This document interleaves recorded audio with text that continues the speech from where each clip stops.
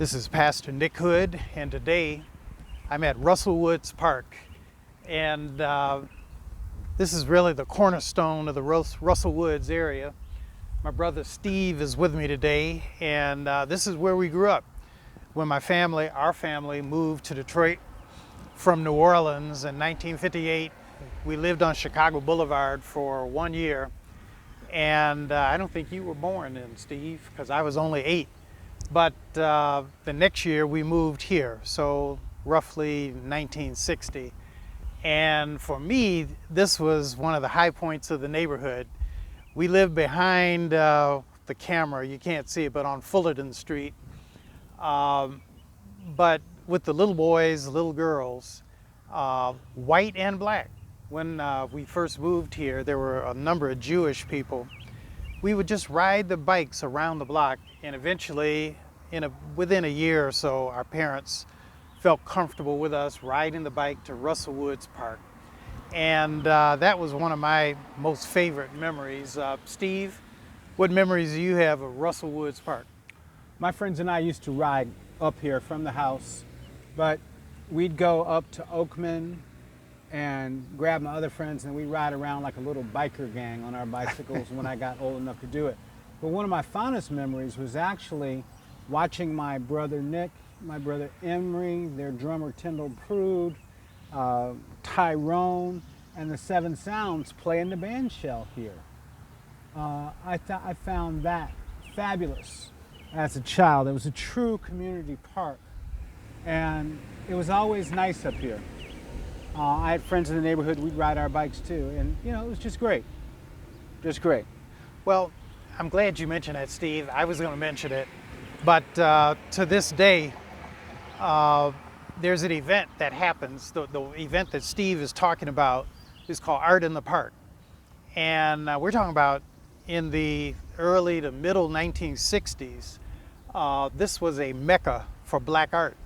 And it wasn't limited to black art, but many of the black artists, the national, Council of Artists or whatever, they would put their art all on these sidewalks, going all the way through the park. And right here behind me, or to my left shoulder, they would bring out a Parks and Rec bandstand. And Steve's right. My brother Emery, our brother Emery, myself, Tyndall Prude, Floyd Jones Jr., Spencer Bearfield, Dwight Andrews, Carl Boyd, Derek Fortson. We all played here. And my most memorable night playing here, we were on the band stage. I don't know how many of you remember Lenny Ford, the great defensive player for the Cleveland Browns and then later the Los Angeles Rams. He was a member of our church. He's the father of Judge Deborah Geraldine Bledsoe Ford.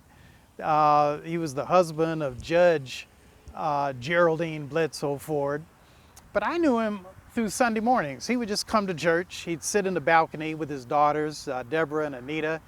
And he's a quiet guy. He dressed like everybody else, had on a suit and tie.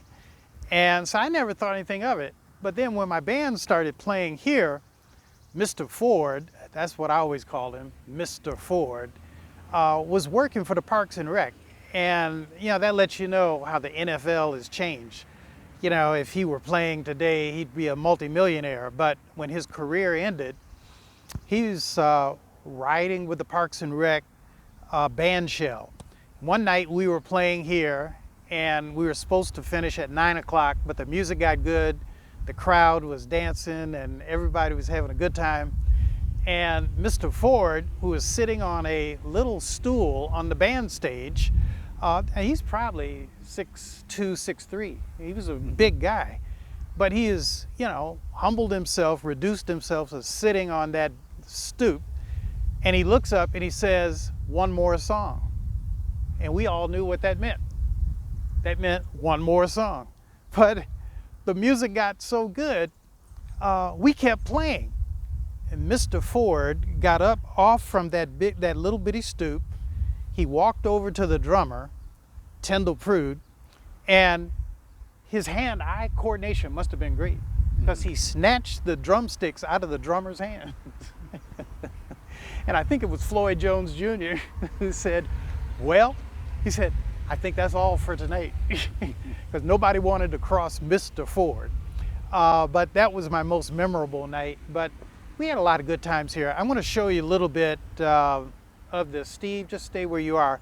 I don't know how many of you have heard of the famous black architect from Detroit named Nathan Johnson. Before you show him Nathan Johnson's house, Okay. let me just say this. You all know that obscure Wayne County Parks millage, and you wonder what it goes toward? It actually goes towards rebuilding this park. You see the sign here, it's Park Detroit, but it's also that Wayne County Parks millage. Go ahead, Nick, show them that house. Yeah, so I'm going to show you another historic house. People from the Historic District Commission called me a couple months ago about this house. This house was built by Nathan Johnson, designed by Nathan Johnson, a black architect who made his career in Detroit. And they called me because there's another house that looks very similar to this house, but it's across the street from where Steve and I lived. And maybe in a day or so, Steve, if I haven't worn out my welcome, I want you to come back with me to our house and talk about all the little things we used to do at our house. But this is Russell Woods. And if you look down the street past that pickup truck, Dr. Lionel Swan lived there on the side of the street where the pickup truck is. He's the founder of the Fight for Freedom Fund dinner. A lot of people don't know that. You know, sometimes other people take credit for it. But really it was Dr. Lionel Swan, and the other people who take credit for it, when he was alive, they mention him as well. If you look across the street where that car is turning, that's the house where Robert Shannon lived. Now, Robert Shannon was a great deacon at Tabernacle Baptist Church. He was one of the organizers of the Russell Woods Baseball Association, which was a little league that Emery and I played in. I don't think, Steve, you played in that, and they may not have been going on at that time. And the other day I talked about Winterhalter Elementary School. It's right behind that pickup truck. So, you know, this is part of my attempt to show you what some of the experiences from our youth when we were kids. And frankly, I had a great time. And much of that great time was right here at Russell Woods Park. So Steve, do you have any last comments you want to make? Russell Woods survives. It's beginning to become gentrified by all accounts from my friends. But through all the changes, this park remains. Yeah. There's so many people that have kept their houses up along here that have not been gentrified out.